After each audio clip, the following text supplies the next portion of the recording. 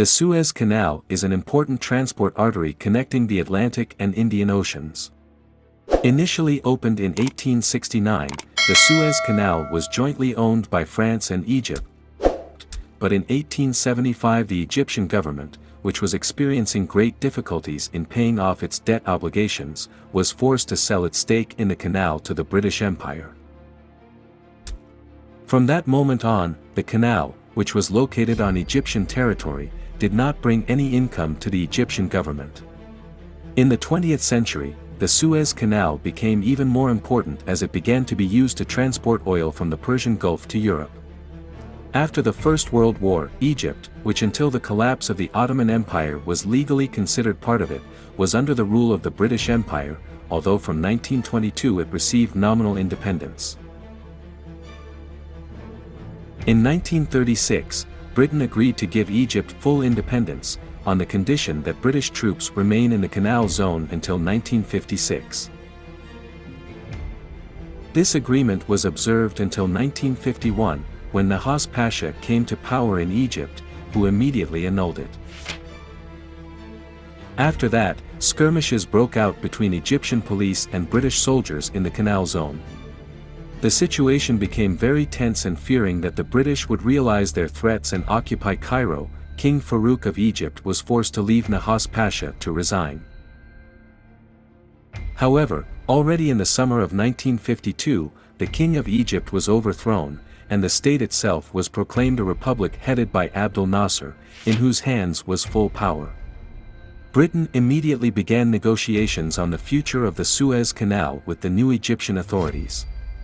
The result of these negotiations was an agreement signed on October 19, 1954, according to which, by the summer of 1956, British troops were to be withdrawn from Egypt, but military bases in the Canal Zone were to be preserved so that if there was a danger to navigation, the British Army could return.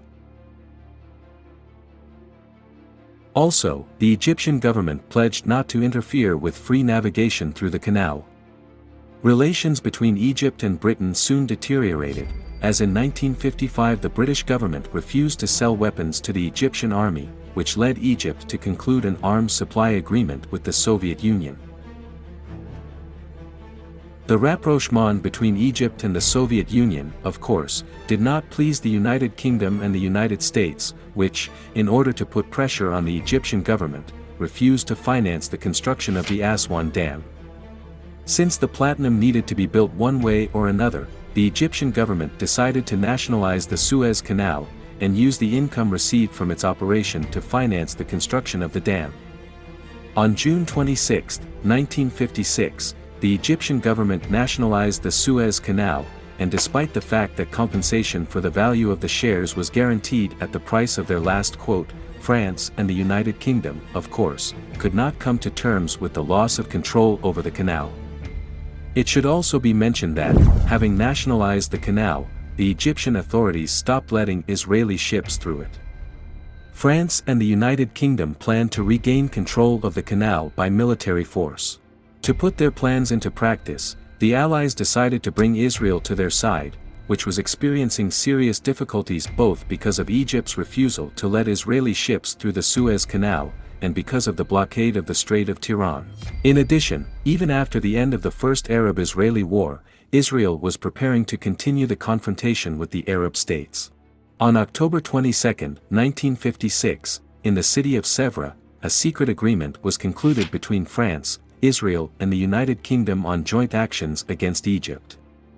According to the plan drawn up, the Israeli army was to launch an offensive in the Sinai Peninsula and reach the vicinity of the Suez Canal. At that moment, France and the United Kingdom were to intervene in the war in order to establish control over the Suez Canal under the pretext of dividing the belligerents. Before the start of active hostilities, the Israeli army had a grouping of 100,000 soldiers, and the United Kingdom and France prepared 45,000 and 34,000 soldiers for the landing, respectively. As for the army of Egypt, its strength ranged from 70,000 to 300,000 soldiers. It is important to mention that the Egyptian government assumed that France and the United Kingdom would try to establish control over the canal, so most of the Egyptian army was concentrated in its vicinity.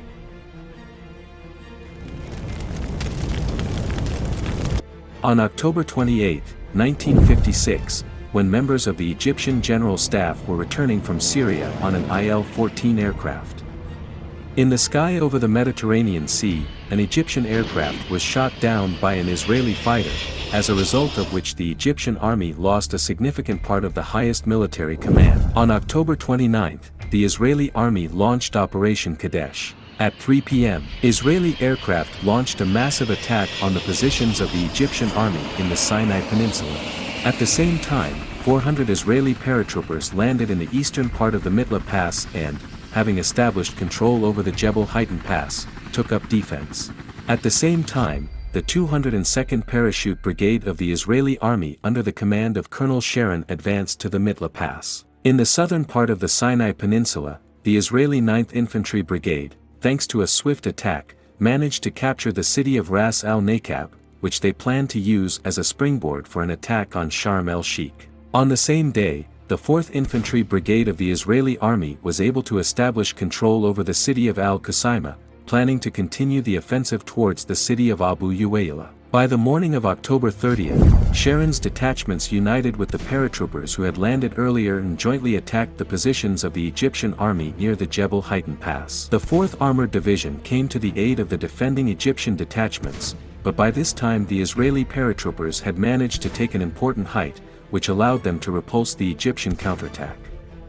Under the cover of night, the Israeli army units managed to establish control over all the important heights in the vicinity of the Jebel Heighten Pass.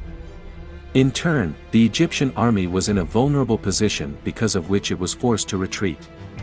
On the afternoon of October 30th, Israeli detachments, supported by tanks, attacked the Egyptian defensive positions in the vicinity of Abu Uwaila. This attack was unsuccessful and the Israeli army, having suffered losses, was forced to retreat. Meanwhile, Israeli detachments were able to bypass the positions of the Egyptians from the south and attack them, but despite attacks from two directions, the Egyptian army held its positions. The Israeli detachments were forced to retreat in order to regroup to continue the attack. At this time, the positions of the Egyptian army in the vicinity of Abu Uwaila were attacked by Israeli aircraft. Resuming the offensive after an air attack, the Israeli army managed to establish control over the city of Abu Uwaila, after which, developing the offensive, it attacked Kadesh with air support. The Egyptian garrison managed to repulse all the attacks of the Israeli army, but due to a lack of ammunition, the Egyptian command on November 1 decided to retreat from Kadesh.